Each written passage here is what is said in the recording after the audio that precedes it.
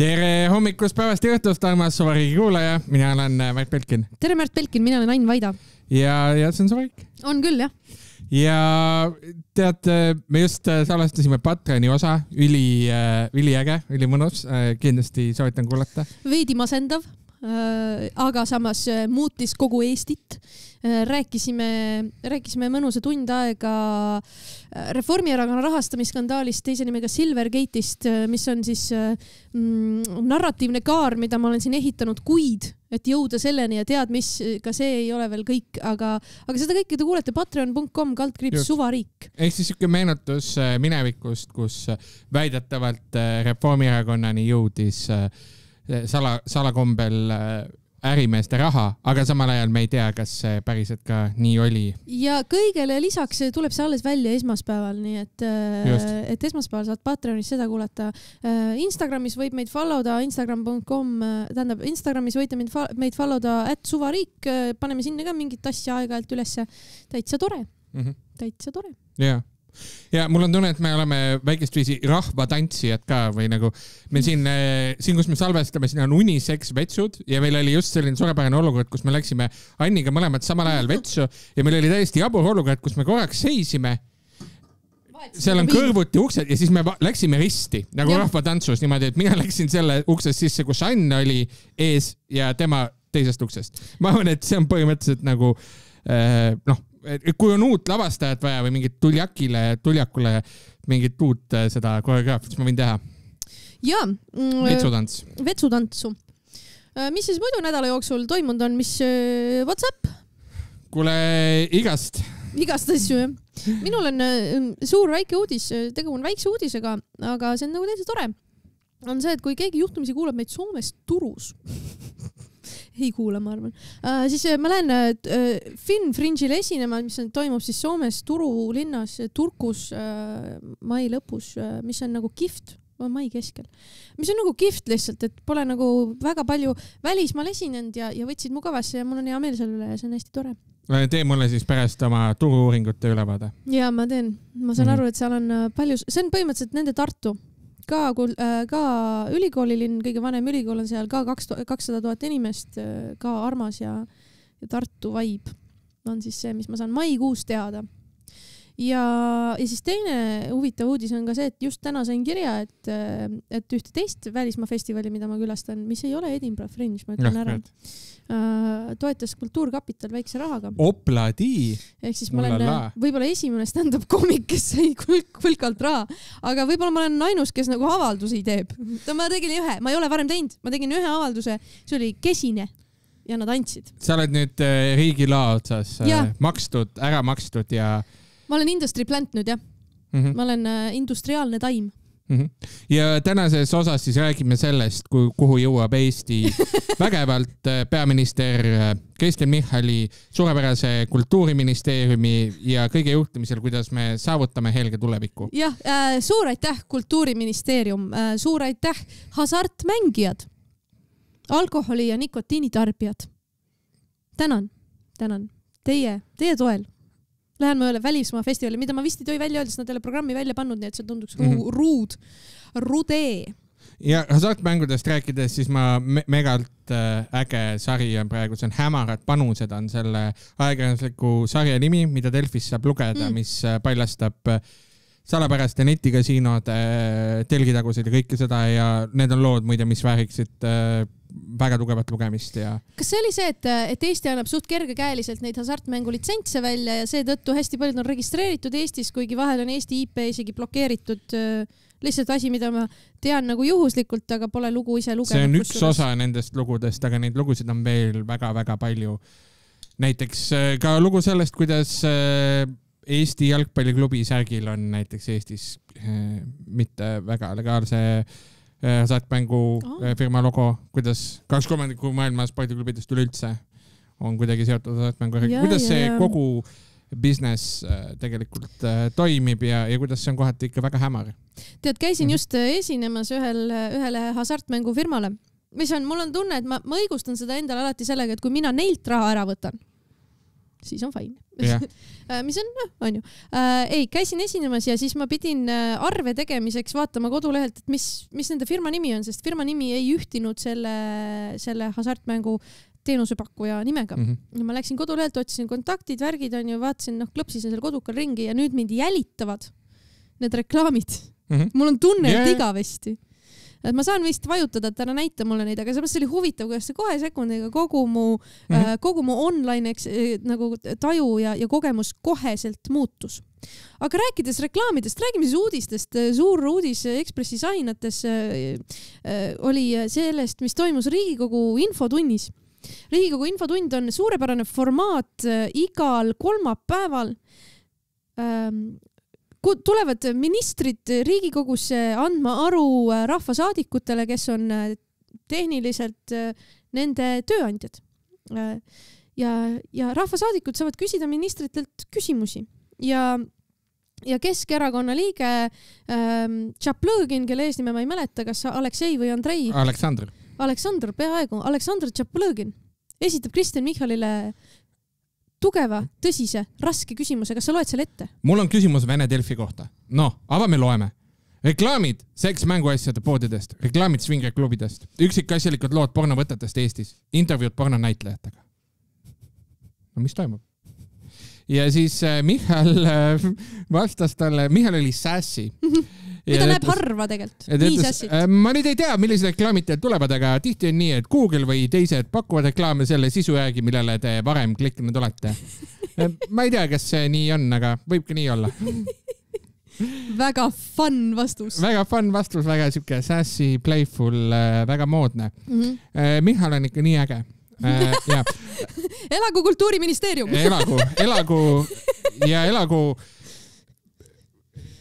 Elagu Kristen Michal. Parempoolne Eesti! Parempoolne Eesti! Kindlalt edasi, veel kindlamalt ja kõige parem... Ja nii, sorry. Ma tahtsin natukene Michalile vastu vaielda selles mõttes, et Google ei luba seksteenuseid reklaamida, seda on välja toonud erinevad Eesti sekspoed. On maininud mingites intekates, Riina Riies müüb mingeid vibraatoreid ja siis ta aeg-ajalt räägib sellest, et raske on nagu reklaamida oma neid asju, on ju. Ja siis, ma sõnastan seda tihti. Kas sa tahad mulle öelda praegu, et peaminister või üldse poliitik valetas. Ei pruugi alati öelda seda, mis on faktidega kooskõlas, vaid mis talle poliitiliselt kasu toob. Näiteks torke tegemine näilaka küsimuse pärast. Mina arvan, et Kristen Michal ei tea seda, et sekspoodi on raske reklaamida Google Adsis. See on väga spetsiifiline teadmine, mida sa tead, kui sa oled üritanud sekspoodi reklaamida Google Adsis. Et siis nad ütlevad, ei saa. Raine Vaide, räägi mulle sellest, kuidas sa üritasid sekspoode reklaamida Google Adsis. Ei, mul üks tuttav, tal on sekspood ja siis ta ütles, et tahaks nagu Google Adsi teha, siis ma olen mingi, minu teada ei saa. Nagu, ja siis me vaatasime üle ja selgus, et ei saa. Et nad kasutavad, see oli väga iga lugu, kasutavad teisi võtteid selleks, on ju. Teevad nagu Instagrami laedat contenti ja nii edasi, et see peab suht orgaaniliselt nagu toimima, sest sa ei saa nagu reklaamiraha panna, kui sa ei osta Delfis ise plokki otse Delfilt, siis sa saad, nagu ka Ekspressi vahel on vahel tildod, on ju. Päris lihtsalt tildo tuleb koos lehega, ei, reklaamid, on ju. Aga otse ostes saad, aga ma kahtlustan, et see võis olla Delfi otseost, kui ta päriselt nägi, aga see võis olla ka lihtsalt vaata, siin on Hot Lips, väga erootiline pood, et siis sa võid, on ju. Kui huvitav jah, et siis valitsus ja... Oota, ma tahan tuua ühe asja veel ja Swingerklubi. Ma olen näinud ise Tallinnas bussis, bussides on siseekraanid. Swingerklubi reklaamib ennast Tallinna bussides. See on nii naljakas, sest kes su klientuur on? Nagu sa tead, võtame need bussiinimesed. See keskmine bussiga sõitev inimene, tema võiks meie Swingerklubisse tulla, pensionär ja koolieelik. Kas ma tohin teha natuke hõveda nalja või? Ja palun. Ma kardan. Okei, sa oled liiga elevil. See on siuke koosolek, kus nagu inimesed on nagu ma väga vabandan. Okay. See ei ole mina, aga see on kõik panni huvides. Päriselt, see ei ole mina, see ei ole minulik. Ma väga vabandan ette, ma vabandan oma ema ees, kes seda kuulab, ma vabandan oma sõprade, sõbrannade ees eriti. Ma vabandan sinu ees, ma ei tea. Siit tuleb keskealise mehe nali. Nii. Ehk siis ma kujutan ette, et seal oli selline koosolek, et nagu keegi ütles teisele, et we need more pussy, vaata. Ja siis keegi kirjutas valesti üles. Mine persse. Paide puss. Okei. Ma vabandan. Eesti rahvas, ma vabandan. Okei. Jah. Svingimisest räägitud. Svingimisest räägitud partnerite vahetus. Ja, väga hea üleminek. Wow. Suju. Oh yeah. Minul on üks monster ära räägitud. Võib-olla me peaks mingi Patreonid varem lindistama, sest me oleme praegu sõiduvees. 10 minutit läinud, teemad ammendunud. Aga koalitsiooni alusleping tuli välja. Tuli. Kas oled tutvunud selle täies mahus dokumendiga? Ma olen tutvunud selle 3 leheküljega. Selle 5000 tähemärki, 5100 midagi. Ma vaatasin järgi. Tead, ma pean siinkohal tsiteerima. Hästi naljakas oli Urmas Jaaganti poliitikaradari kokkuvõtte sellest. Ma lihtsalt tsiteerin Urmas poliitikaradarit. Mul on üks probleem selle Jaaganti radariga, millest ma pärast räägin. Tsiteeri ära. Jaa, Jaagant. Kihiline on moes ka poliitikas. Näiteks peaminister Kristen Michal ei teinud sugugi uut valitsust, vaid kooris lihtsalt oma koalitsioonidelt ühe sotside kujulise kihi maha. Kõik viitab uuele valitsusele, aga näed, ei ole. On see sama. Koalitsioonileppegi tuleb uus ja ka see on kihiline. Aluskiht on valmis, millalgi hiljem valmib ka teine ja detailsem kiht. Bürokraatia vähendamiseks ja kärbeteks poliitikud ise jõudu ega oskusi ei leidnud. Seega lõid ühe vahekihi ettevõtjatest, kes peavad oma ettepanekud esitama. Kihid lihtsalt on moes. Väga tabav, Urmas. Tsiteerides, parafraseerides Shreki, koalitsioonid on nagu sibulad. Neil on kihid. Neil on kihid. Ja aga enne eesel küsib, nad ajavad su nutma, mis klapib ka. Okei, ma ei ole ammu vaadanud ühtegi Shreki. No jaa, ega see on su probleem, jah. Aga Urmas Jaaganti poliitikaradariga on hästi suur probleem, et seal on lingike, et liitu uudiskirjaga ja sa saad päev varem lugeda, aga see link ei tööta. Oi. Kui keegi kuskil siit omab mingit kontakti Delfi meedias. Delfi meedia aktsiaselts on või? On ikka AS. On küll, jah. Kas keegi teab kedagi siin, kes töötab või omab tuttavaid, kes töötavad Delfi meedia aktsiaseltsis, siis palun öelge neile, et Urmas Jaaganti poliitikaradari uudiskirja tellimise nupp võib-olla ei tööta. Võib-olla ei töötanud ainult selles ühes loos, mis ma lugesin üle-eelmine nädal ja üritasin seda tellida, aga igal juhul suur probleem. Jah. Aga igal juhul on tulnud välja koalitsiooni aluslepe. Ja siis see on aluslepe. See on asi, millest me saame rääkida nüüd mõnda aega. Siis tulevad ministrikohad välja. Volikogu kinnitab. Ja, siis me saame sellest natuke aega rääkida ja siis toimuvad natuke aega koalitsioonikõnelused ja mingi kõva 6 aega mõnusasti. Me räägime ainult uue valitsuse poliitikast ja opositsioonist üldse mitte. Ja vaata, kui põnev on see, et tavapäraselt, kui valitsust moodustatakse, tehakse nii, et lepitakse kõigepealt üpriski üksikasjalikult kokku põhimõtetes ja rasked teemad jäetakse lõppu ja alles siis, kui kõik see on läbi räägitud, alles siis vähemalt ametlikult hakatakse rääkima ministrikohtade jaotamisest ja sellest, kes mida saab. Loomulikult seda tehakse nagu jooksvalt kõige kõrval ka, aga tegelikult traditsiooniliselt ministrikohad on viimane asi, mis selgub. Jaa, aga siin ei ole, siin see on keskel, kõik on topsy-turvy, kõik on täiesti teistpidi. Aga koalitsiooni aluslepingu see nii-öelda preambul. Ma tahan selle lugeda ette sellise tõsise treileri häälega või dokumentaalfilmi alguse häälega. See on dokumentaalfilm, mis räägib tõsistest asjadest. Praegune aeg on toonud Eesti ette tõsised väljakutsed. Me läheme neile vastu külma pea, sooja südame ja kindla käega.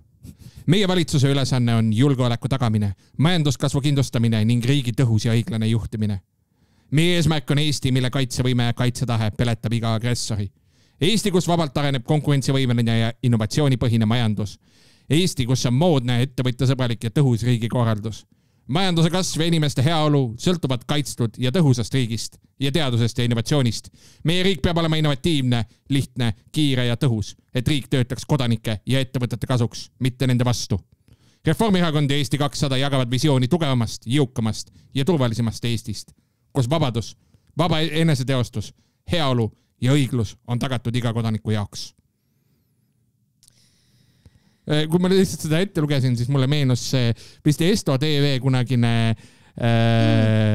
klipp Res Publicast, mis tegelikult ei olnud vist nende päris klipp. see superfašistlik klipp. Jaa. Ei, see vibe on sama. Ma loodan, et see on YouTube'is olemas kuskil see Esto TV oma, see oli päris pull, aga ma nagu nii natuke ägusalt mäletan. Jaa. See on äärmiselt huvitav dokument, tõepoolest siin on mingeid asju, mis on vanad, mingid asjad, mis on hästi üldised ja mingid asjad, mis on täiesti uued. Ja mingid asjad, mis on superspetsiifilised. Ma toon ühe näite näiteks, et näiteks väga spetsiifilised punktist, kus me saame väga selgelt teada, mida valitsus teeb. Energeetikas on meie eesmärk tagada rahvale varustuskindlus ja majandusele konkurentsivõime. Algatame tuumaelektrijaama eriplaneeringu ja kuulutame välja maismaa tuuleparkide vähempakkumise. No, et siis ei ole meretuuleparki tule ja tuleb tuumaelektrijaam.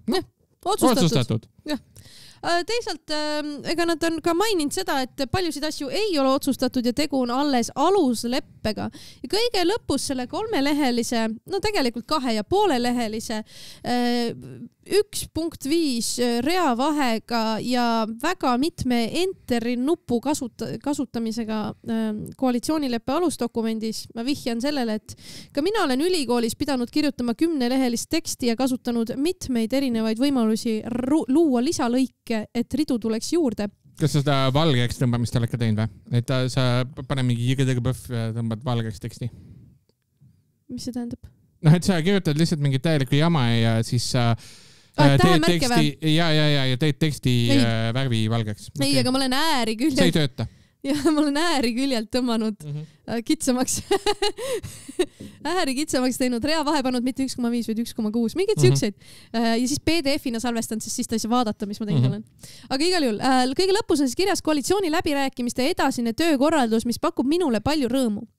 Ja siin on otsustatud, et koalitsiooni kokkulepete sõlmimiseks alustatakse läbirääkimisi ministrite vastutusvaldkondades. Ehk siis, nagu sa ütlesid, tulevad ministrid, tulevad vastutusvaldkonnad ja siis nad alustavad läbirääkimisi. Ja nüüd on koht, mis minu meelest on väga huvitav viis jätkata. Vastutav minister ja teise partnererakonna valdkonna juht koondavad fraktsioonide, välisekspertide, huvirühmade ja turuosaliste sisendid ning esitavad valdkonna plaani läbirääkimisdelegatsioonile. Ehk siis minister saab kokku, ütleme Reformierakonna ministrile määratakse Eesti 200 teise erakonna vastutav valdkonna juht, mõlemad käivad oma erakonnas ja erinevates kohtades sisu kogumas, siis nad tulevad läbirääkimisdelegatsiooni, istuvad maha, hakkavad sellest rääkima. Läbirääkimisdelegatsioon koostab valdkondade plaanide alusel tervikliku valitsuse tegevuskava ja esitab selle erakondade juhatusele ja volikogudele. Koalitsioonileppe koosneb alusdokumentist ja valdkondade plaanidest, mille on heaks hintud erakondade volikogud. See on natuke nagu see ravimi reklaami lõpp, vaata. Just. Et me nüüd päris info on see, et me alles nüüd hakkame tööd tegema. Yeah. Siin on tore dokument, kus me ütleme tuumajaam ja julgeolek. Loome ühe tervikliku riigi IT-maja ning anname võimalikult palju tugiteenuseid erasektorile hallata. Jah. Vaata, see erasektorile hallata on ka natuke hirmus asi, mida öelda. Ma saan aru, et siin nad räägivad puhtalt IT-st, aga minul on hästi suur hirm kuulda, mida nad tahavad teha hariduses ja tervises. Aga seda ma kõike saan teada järgmise 2 kuu jooksul. Täpselt nii. Nad on loomulikult maksunduses, nad on üpriski kindlalt parempoolsed selles mõttes öelnud, et kaob ära maksuküür. Kärped. Just. Vot. Jah, põnev väkk. Tahaks ühest teemast rääkida võib-olla. Räägi, ma ei tea millisest. Lihtsalt seda, kus juba valitsus tegelikult töötab. Et siin vaata see osa, mis ma enne ette lugesin, on ju. Siin oli selline huvitav koht, et Eesti, kus vabalt areneb konkurentsivõimeline ja innovatsioonipõhine majandus. Jaa. Siin üks anonüümiseks jääda sooviv ajakirjanik on kirjutanud Värskes Ekspressis ühe loo ja see on lugu, mis kannab sellist pealkirja nagu Reformierakonna kannapööre, nädalaga otsustati uues valitsuses, et kaua plaanitud reform jääb ära. Ja siin käib jutt konkurentsiseadusest tegelikult. Meil on ammu üle võtmata üks konkurentsidirektiiv, ECN+ on selle nimi. See on siin tiksunud hästi pikalt ja tegelikult meil on ka trahv. 400 000 eurot on juba trahvi, 3000 eurot päevast tuleb juurde. Ja see on siuke põnev asi. Euroopa Liit on direktiivi teinud. Ja selle direktiivi... Ja meie peame selle vastu võtma, sest me oleme Euroopa Liiduga liitunud. Pidime 2021 aasta. Väga meeldiv teada. Just. Ja see on tegelikult siuke direktiiv, mis annab nagu konkurentsiametitele jõudu juurde. Jah. See ongi selle ainus eesmärk. Üle kogu Euroopa Liidu, et kõik saaksid nagu mängureeglites samamoodi aru vaata. Et nagu jalgpallis on ju, et ei oleks niimoodi, et kui annad jalaga teisele mängijale, siis ma ei tea, Saksamaal saad punase kaardi, aga Eestis noomituse. Või noh, midagi sükest, vaid et oleks kõigil arusaadavad ühtsed mängureeglid. Okay. Ja seal on nagu... Tundub loogiline olles osa Euroopa Liidust. Ja vaata, praegu on nagu natuke jama Eestis konkurentsi uurimistega. Sellepärast, et sa pead tegema 2 asja. Üks on haldusmenetlus, selleks, et rikkumine peatada, et teha ettekirjutus, nii ei tohi teha. Ja siis teine asi on väärteomenetlus, mida sa pead tegema või ka kriminaalmenetlus praegu. Selleks, et keegi süüdi mõista või trahvi teha. See on nagu jube aega nõudav, sellepärast, et 2 menetlust, erinevad eesmärgid ka. Ja Euroopa Liit on pakkunud välja ühe huvitava süsteemi, seda nimetatakse halduskaristusteks, mis on siuke innovaatiline süsteem. Ekspressi loos saab seda täpsemalt lugeda, et selle mõte on nagu sellest, aga äkki ärme otsime süüdlast, vaid äkki lihtsalt tegeleme probleemiga. Ehk siis, et kui on nagu selline jama, et ettevõte on nii-öelda endale nagu business plaani kirjutanud sisse selle et nad teevad pettust. Teevad väikest, on väikesed suslikud natuke see väikest viisi. Et nad on nagu trahviraha arvestanud oma ettevõtte toimimisse sisse sisuliselt. Siis Konkurentsiamet võiks saada just nimelt nende rikkumiste eest teha trahvi ise. Niimoodi, et ei peaks olema mingisugust süüdlase otsimise protsessi ja seda, et kas nüüd tegi seda tegevjuht Virve või tegi seda nüüd raamatupidaja Ants, eks ole. Kollektiivselt teie ettevõtte, ettevõtte on see, kes saab kasu, ettevõtte on see, kes saab trahvi. Ja selle vastu on olnud hästi tugevalt paljud juristid, kes leiavad, et üldse ei sobi Eesti õigussüsteemi selline asi. Sellepärast, et ikkagi karistus eraldi ja siis saaks Konkurentsiamet õiguse süüdi mõista inimesi väga lihtsalt ja nii. Aga siin on nagu huvitav asi on see ka, et paljud nendest juristidest on advokaadid, neil on ka kliendid, tihti suurettevõtjad. Tegu võib olla nagu olukorraga, kus neil on rohkem tööd, kui me ei muuda seda seadust. Ja, just, et ei loo seda uut haldusmenetlust. Ja tegelikult eelmises valitsuses tehti isegi kokkuleppe ära vaata, et lähme selle sama halduskaristussüsteemiga, et see oleks tõhus ja efektiivne. Veits tehti kompromisse ka seal, niimoodi, et halduskohus küll määraks trahve. Sellega on see asi ka vaata, et haldusmenetlus, väärteomenetlus, juriidilised terminid, aga need on eri kohtutes. Need on halduskohtud ja siis on sul maakohus ja need nagu teised kohtud, teised menetlused. Topelttööd. Ühesõnaga, aga oli kokkulepe, et teeme selle ära. See oli suht suunamuutus, selle tõi Reformierakonna minister Kalle Laanet. Tubli mees. Kalle Laanet tõi Riigikokku, et siuke plaan võiks olla. Ja Ekspressis räägitakse, et sellel ajal Kaja Kallas, peaminister, oli hästi tugevalt ka selle mudeli pooldaja, sellepärast, et ta ise on konkurentsiõiguse taustaga. Nagu, et tundis, et see ongi hea mõte.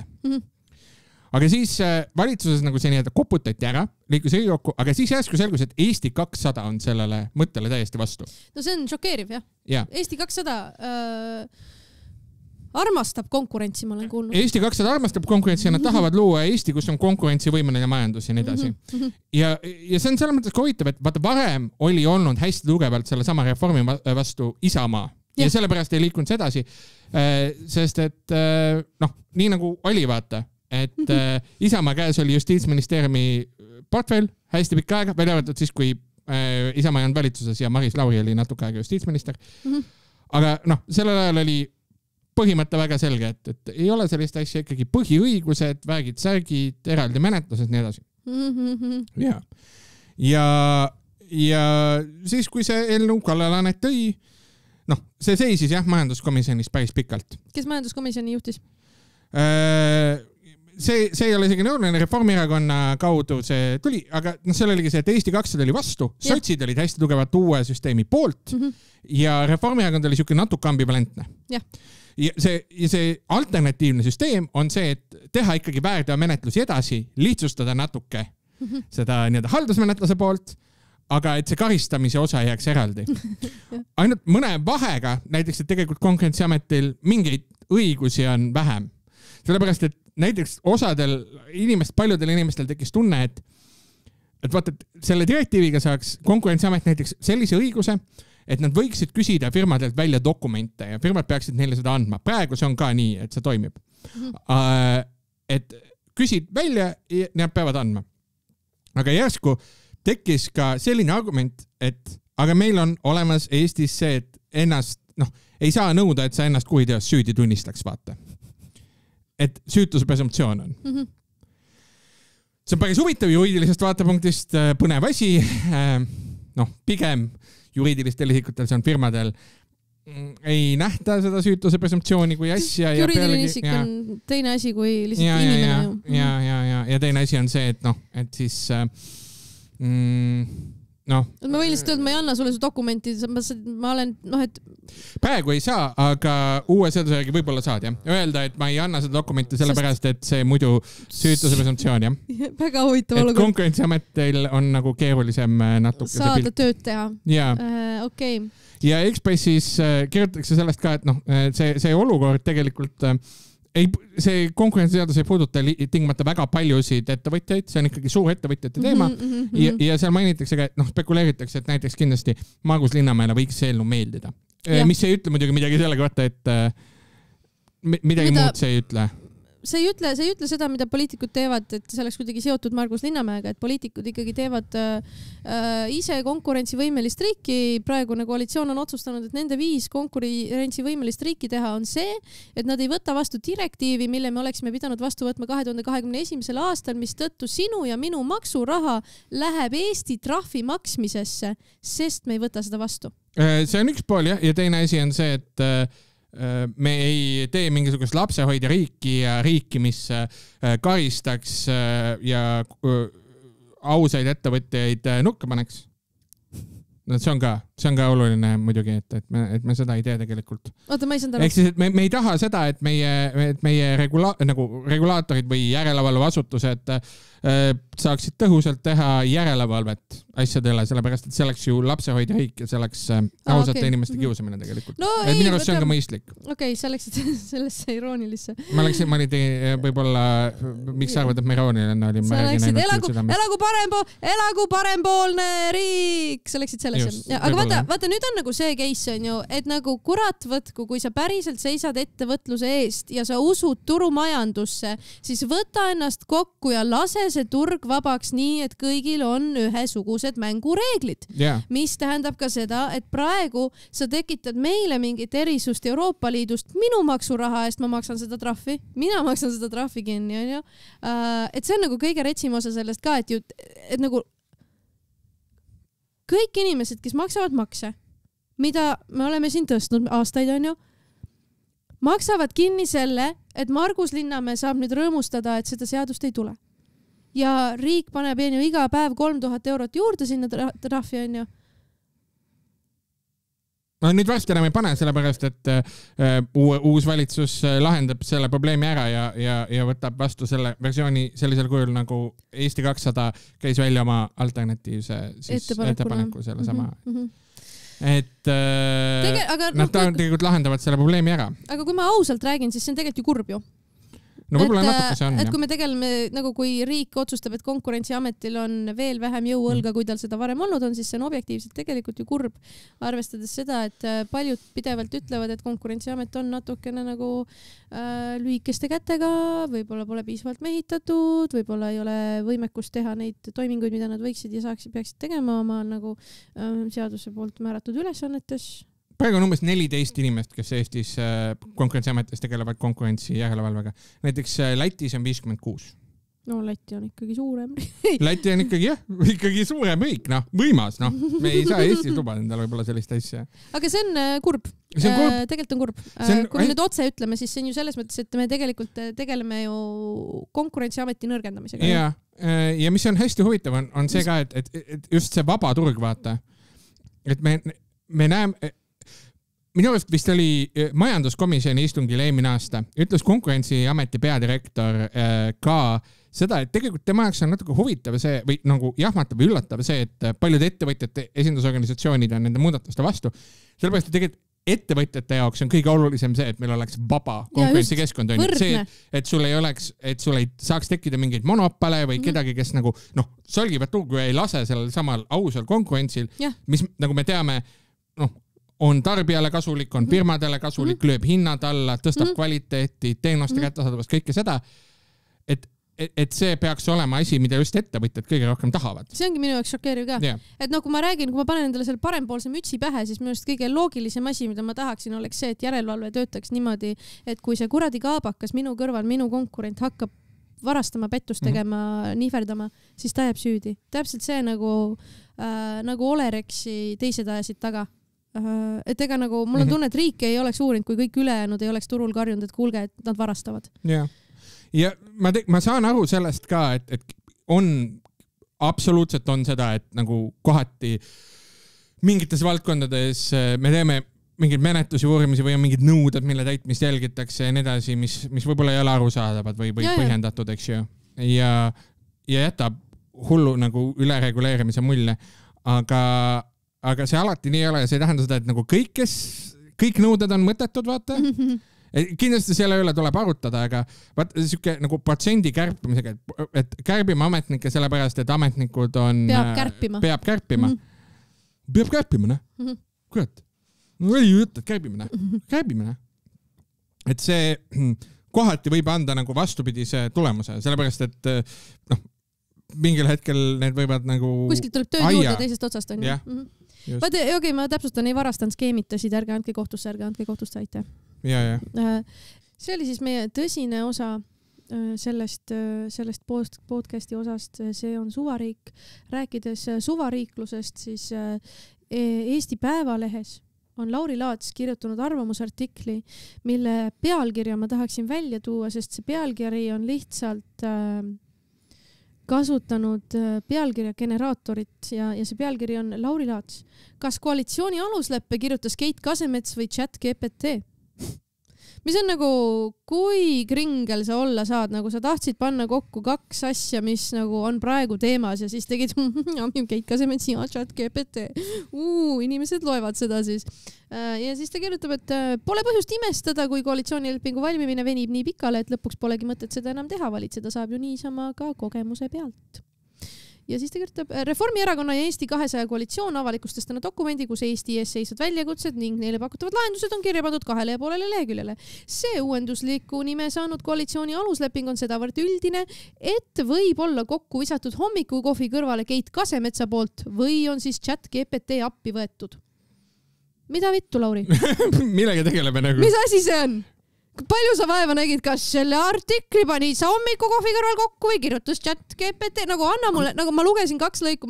Aga enne ütleme ausalt, et kas tegelikult selle osas, kas me praegu räägime ise või räägib meie asemel praegu ChatGPT? See on natuke nagu see, kui siin jälle see, et väitluses ütled Hitler olukord või kuidagi, see on nagu null loomingulisust. ChatGPT on uus Hitler, on see, mida sa tahad öelda? Võib ka nii, jah. Võib ka nii.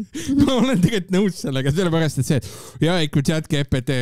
Kaks asja. Esimene asi on see, et ChatGPT ütleb, et asi on nii, see on lihtsalt naljakas asi, mida öelda. Ja teiseks see, et aga ChatGPT ajastul ja tegelikult me ei saa midagi usaldada ka sama. Alati, kui ma kuulen kedagi kuskil konverentsil ütlemas ja ChatGPT on selle teema kohta öelnud, siis ma lähen minema. See on läbi.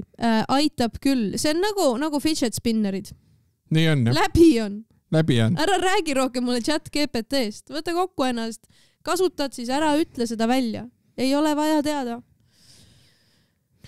Ehk siis siuke huvitav kirjatükk Lauri Laatsilt, mille pealkiri oli nii kohutav, et ma tahtsin selle välja tuua, sest ma leian, et tegu on ebaoriginaalse kräpiga. Aitäh. Võiks öelda ChatGPT slop. Jaa, uudised ka kohalikest omavalitsustest. Siin on väike kontekst, me mõni aeg tagasi Patranis rääkisime ka Ruhnu saarest ja ma paljastasin seal ka enda isikliku sümpaatia Ruhnu saare vastu ja ma võin ka nentida. Paljastasid? Ja, et näiteks viimastel Kihnu-Ruhnu mängudel näiteks eelmine aasta ikkagi väga edukas oli see, et mitte väga tavapärane asi, et Ruhnu siiski võitis ja see on siuke soe ja tore vastasseis, aga lihtsalt, vaata, tead neid mingeid stereotüüpe, mis inimestel on ju? Nagu et itaallased on espresso macchiato. Jaa, muidugi on, jah. Ma lausin täiesti valesti. Fenomenaalne. Ma ei ole nii ammu laulnud siin podcastis. Ma tasus vahepeal piiri pidada, et tuua meieni suur hitt espresso macchiato. Niimoodi, ma ei tea, kuidas sa isegi laulsid. Ega Tommy Cash just nagu Eesti laulul ka väga palju paremini ei laulnud oma lauluga. Ära muretse, küll Kaire Vilgats laulma õpetab. Praegu on aega veel natuke. Aga igatahes, see lihtsalt Maalehe peal, kui me räägime stereotüüpidest. See tsitaat on nimeline ka. Kihnu rühib turismimaksuga edasi ja siis tsitaat. Arvatakse, et soovime turisti koorida. Ei ole seda. Kihnu teeb turismimaksu või? No nad tahaksid jah. Ühesõnaga, vaata tegelikult kohalikke makse ei saa eriti nagu kehtestada, aga mõned kohad on... Ja seda saab jah. Turismimaks on kohalik maks. Ja neid väga ei saa nagu nii lihtsalt teha. Miks ei saa? No... Ma olen nii segamini. Aga miks ei saa? Reklaamimaksu saab kohaliku maksuna teha minu meelest või see on... Ikka reklaamimaksu saab teha ja turismimaksu saab teha. Tallinnas iga natukese aja tagant mõeldakse, et kas peaks tegema, kuidas peaks tegema ja siis ei jõua mitte kuskile. Ma olen istunud ise Tallinnas. Aga meil ei ole praegu lubatud kohalik maks, ei ole. Ehk siis see on nagu see, et valitsus peaks lubama teha turismimaksu. See on asi, millega Pärnu on hästi pikka aega tahtnud. Ehk siis see on nagu see, et võiks valitsus... tuua ja siis võiks olla kohalikul tasemel turismimaks ja see oleks kindlasti väga paljudele kohtadele väga hea mõte, nagu Pärnu saaks sellest, Kihnu kindlasti, saared üldse, kõik saared. Pärnu sellepärast panigi lihtsalt parkimise ranna ääres mega kalliks. Ja, see on nagu kaudne. See on tegelikult turismimaks, nagu ma sain sellest aru, kui ma Pärnusse sõitsin üks kord, aga okei. Kihnu siis. Jaa, aga lihtsalt see arvatakse, et soovime turisti koorida, ei ole seda. See on lihtsalt kuidagi väga läheb selle kihnlase, kes on ka lärimees stereotüübi kokku. Aga tegelikult see on väga hea ja äge ettepanek ja ma loodan, et see on tõesti siukesele väikesele kohale nagu Kihnu, kus tõesti on oma ja huvitav kultuur ja nagu äge elu ja kus inimesed käivad seda vaatamas ja kus on tore, et tõesti võiks ju.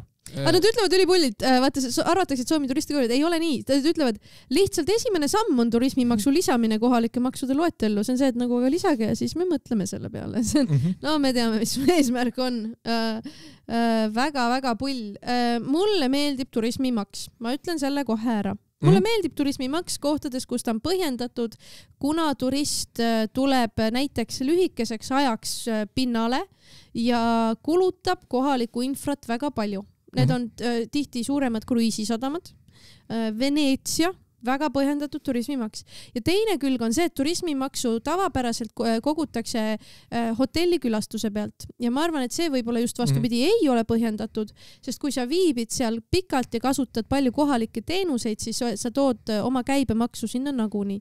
Ja vastupidi peaks võib-olla maksustamagi näiteks lühiajalist ristlust on ju, et sa sõidad kohale, jooksed ringi, võib-olla võtad ühe kohvi on ju, tegelikult oled all you can eat buffees oma kõhu täis söönud enne, sul on koha peal, sul on linnatuur mingi giidiga, kes laeva pealt kaasa hüppab vahel on ju, et okei, tegelikult giidituure võetakse ikkagi kohalikke giide on ju, aga et see, kui sa ei jää ööseks, aga lihtsalt intensiivselt nagu külastad seda linna, kasutad autoteesid bussiga sõitmiseks, ühe laeva peal on 2-10,000 inimest, kes kõik tulevad korraga su linna, laevasid on vahel 3-5 tükki sadamas on ju, väga intensiivsel päeval. Et siis, et ma leian, et on põhjendatud mingites oludes kehtestada turistimaksu ja just kaaludes just neid argumente, et ka ööseks jäädes sa tegelikult nagunii panustad sinna kohta juba rohkem on ju. Teisest küljest ma saan aru, miks kõik turismiga tegelevad inimesed kardavad seda. Sest öeldakse, et aga siis, et Tallinn näiteks ei ole piisavalt põnev koht, et siis jätakse Tallinn vahele, kui Tallinn nõuab maksu, et me ei saa nagu inimestelt seda juurde võtta, seda raha on ju. Et ma saan aru, aga ma nagu mulle kontseptsioonina meeldib. Mulle meeldib kontseptsioonina, aga aeg-ajalt ma booking.comis mingid asja, seal on kirjas, et turismimaks ka 6 eurot. Ma olen mingi ma saan aru. Jaa, aga mõnikord tuleb enda hirmudega vaata vastamisi seista ja tõesti ma tean, aamas kuulaja, teil on hirm, kas tõesti see osa on juba lõppemas ja vastus on jah, vaikselt on küll. Ja see osa on tõesti lõppemas, kuna me oleme väikest viisi, me oleme ka, meil on paljud, me oleme busy people, nii et kui sa tahad vaadata stand-upi, siis panen alla lingi ja tule 28. märts reede õhtul Tallinna Sadamas, kus ei ole turismimaksu, ootab sind Stars, kus astuvad lavale suured staarid, Kaspar Kikerpill, Maria Sepp, Kauri Sosi, Ain Vaida. Ja kas ma unustasin kellegi ära või? Ain Vaida. Ain Vaida, üks on veel. Ain Vaida. Oota, kes veel on? Popov. Ei ole Popov. Oota, ma pean järgi vaatama.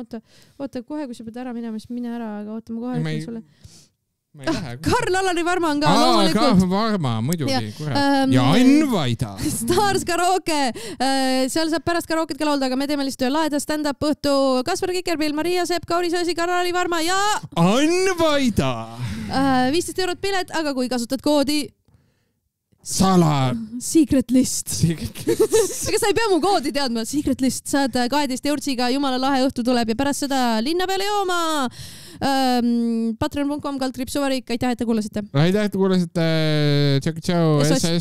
Tšau.